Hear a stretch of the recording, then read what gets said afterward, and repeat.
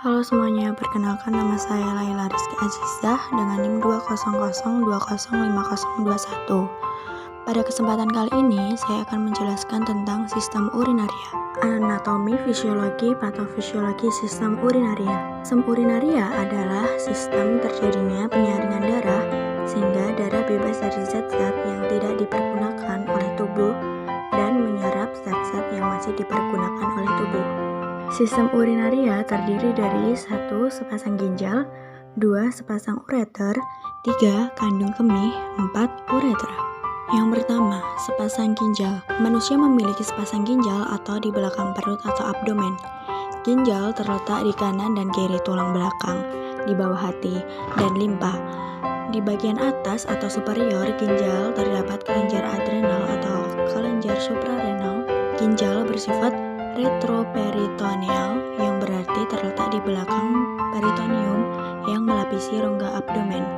Ginjal kanan biasanya terletak sedikit di bawah ginjal kiri untuk memberi tempat untuk hati.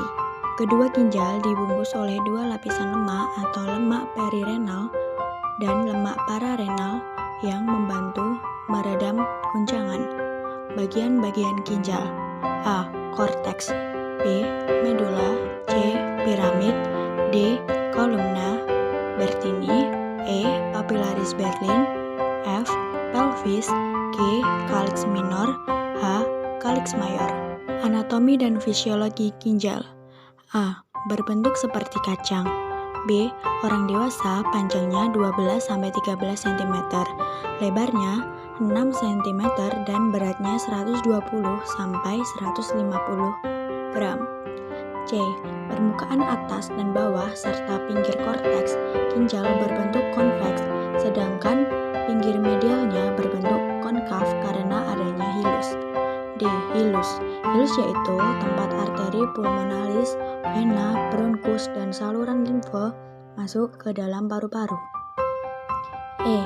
Ada beberapa struktur yang masuk atau keluar dari ginjal melalui hilus, antara lain arteri dan vena renalis, saraf, dan pembuluh getah bening. Fungsi ginjal: A. Mengeluarkan zat sisa organik. B. Pengaturan konsentrasi ion-ion penting. C. Pengaturan keseimbangan asam basa tubuh. D. Pengaturan produksi eritrosit. E. Pengaturan tekanan darah. F. Pengendalian terhadap konsentrasi glukosa darah dan asam amino darah. G. Pengeluaran zat beracun. Lapisan ginjal: A. Setiap ginjal terbungkus selaput tipis atau kapsula renalis berupa jaringan fibrus atau ungu tua. B. Lapisan ginjal terdiri atas 1. Lapisan luar atau lapisan korteks, 2. Lapisan dalam atau medula. Fisiologi ginjal: A. Mengatur volume air atau cairan dalam tubuh. B. Mengatur keseimbangan osmotik dan mempertahankan keseimbangan ion yang optimal dalam plasma atau keseimbangan elektrolit. C. Mengatur keseimbangan asam basa cairan tubuh. D. Ekskresi sisa hasil metabolisme. E. Fungsi hormonal dan metabolisme. F. Membentuk hormon dihidroksi kolekalsiferol. Struktur ginjal: A. Korteks ginjal atau korteks renalis. 1. Mengandung jutaan alat penyaring atau nefron 1-1,5 juta. 2. Fungsi nefron yaitu membentuk urin dengan cara filtrasi, reabsorpsi, dan sekresi. 3. Nefron terdiri atas badan Malpighi dan tubulus. B. Sumsum ginjal atau medula renalis. Pada sumsum ginjal terdapat suatu jaringan berbentuk kerucut yang disebut piramid. Piramid mengandung banyak pembuluh dan berguna untuk mengumpulkan hasil ekskresi. Cairan yang terkumpul pada piramid akan disalurkan melalui saluran pengumpul menuju pelvis renalis atau rongga ginjal. Selanjutnya, pelvis renalis berhubungan dengan ureter. Nefron dibagi menjadi 2. Yang pertama, nefron kortikalis, yaitu nefron yang glomerulinya terletak pada bagian luar dari korteks. Lengkung Henle pendek dan tetap berada pada korteks. 2. Nefron juxtamedularis, yaitu nefron yang glomerulinya terletak pada bagian dalam dari korteks dekat dengan korteks medula. Lengkung Henle yang panjang dan turun jauh ke dalam zona dalam dari medula. Bagian-bagian nefron. A. Glomerulus, suatu jaringan kapiler berbentuk bola yang berasal dari arteriole afferent bersatu menuju arteriole efferent, berfungsi sebagai tempat filtrasi sebagian air dan zat yang terlalut dari darah. B. Kapsula Bowman, bagian dari tubulus yang melingkupi glomerulus untuk mengumpulkan cairan yang difiltrasi oleh kapiler glomerulus. C. Tubulus, terbagi menjadi 3, yaitu tubulus proksimal, 2. Lengkung Henle, 3. Tubulus distal. D. Ductus pengumpul atau ductus collectivus, berfungsi menerima cairan dari nefron yang berlainan. Setiap ductus pengumpul terbenam ke dalam medula untuk mengosongkan cairan isinya atau urin ke dalam pelvis ginjal. Nefron membersihkan zat dengan cara A. Filtrasi, yaitu 1/5 plasma disaring melalui membran glomerulus dan cairan yang berbentuk masuk ke tubulus ginjal. B. Reabsorpsi, yaitu dalam tubulus zat yang masih bermanfaat akan diabsorpsi kembali seperti air dan elektrolit, dan zat yang tidak diperlukan tidak diabsorpsi dan dikeluarkan bersama urin. C. Sekresi, yaitu zat yang berasal dari plasma disekresikan melalui epitel tubulus ke dalam lumen tubulus. 2. Ureter, yaitu tabung atau saluran yang menghubungkan ginjal dengan kandung kemih. Ureter merupakan lanjutan pelvis renal menuju distal dan bermuara pada vesika urinaria, memiliki panjang 25-30 cm. Persarafan ureter oleh plevuk hypogastricus inferior melalui neuron simpatis. Terjadi dari 2 bagian. Yang pertama, pars abdominalis, berada di dalam rongga abdomen. 2. Pars pelvina, di dalam rongga pelvis. Lapisan dinding ureter terdiri dari A. Lapisan luar, yaitu jaringan ikat atau fibrosa. B. Lapisan dalam, yaitu otot polos.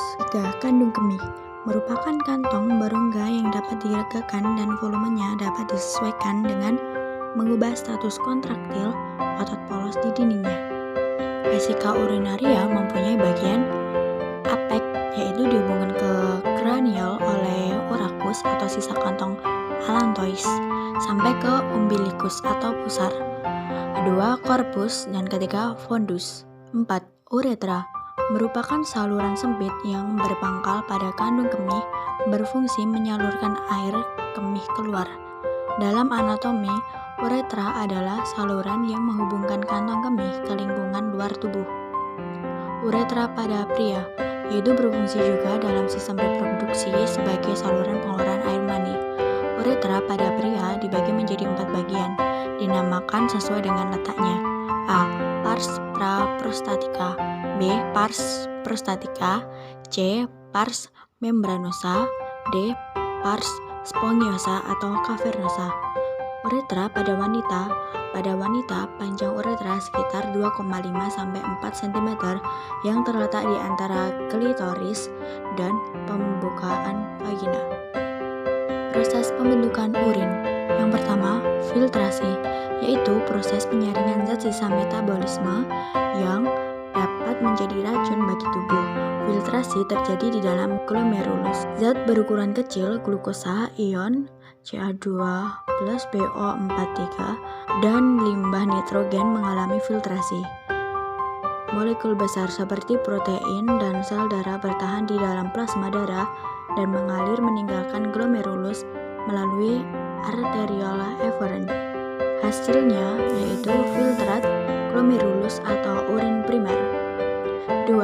Reabsorpsi, merupakan proses penyerapan kembali filtrat glomerulus yang masih mengandung zat-zat berguna bagi tubuh. Reabsorpsi terjadi dalam tubulus contortus proximal. Beberapa zat yang diserap kembali antara lain glukosa, garam, ion anorganik, dan asam amino. Hasilnya yaitu filtrat tubulus atau urin sekunder. Yang ketiga, sekresi atau augmentasi, yaitu proses pengeluaran zat sisa yang sudah tidak diperlukan lagi oleh tubuh. Ciri-ciri urin yang normal. A. Jumlahnya rata-rata 1-2 liter sehari. B. Warnanya bening, orange, pucat, tanpa endapan. C. Baunya biasa, tajam. D. Berat jenis sekitar dari 1010 sampai 1025. Patologi sistem urinaria. Patologi sistem urinaria yang pertama, glomerulonefritis, yaitu peradangan pada ginjal yang dimulai dari glomerulus, ditandai dengan proteinuria dan hematuria, dapat berkembang menjadi gagal ginjal. Glomerulonefritis dibagi menjadi dua. Yang pertama, glomerulonefritis akut, terjadi akibat infeksi kuman Streptococcus atau timbul hematuria, edema, hipertensi, penurunan fungsi ginjal. Pengobatannya yaitu istirahat, diet, pembatasan cairan dan garam, antibiotik, antihipertensi, antidiuretik bila perlu. B. Glomerulonefritis kronis, ditandai dengan kerusakan ginjal atau kelainan pada urinalis. Tes pada sampel urin dengan penurunan laju filtrasi glomerulus. Penurunan semua fisiologi ginjal secara bertahap, diikuti penimbunan sisa metabolisme protein dan gangguan keseimbangan cairan dan elektrolit. 2.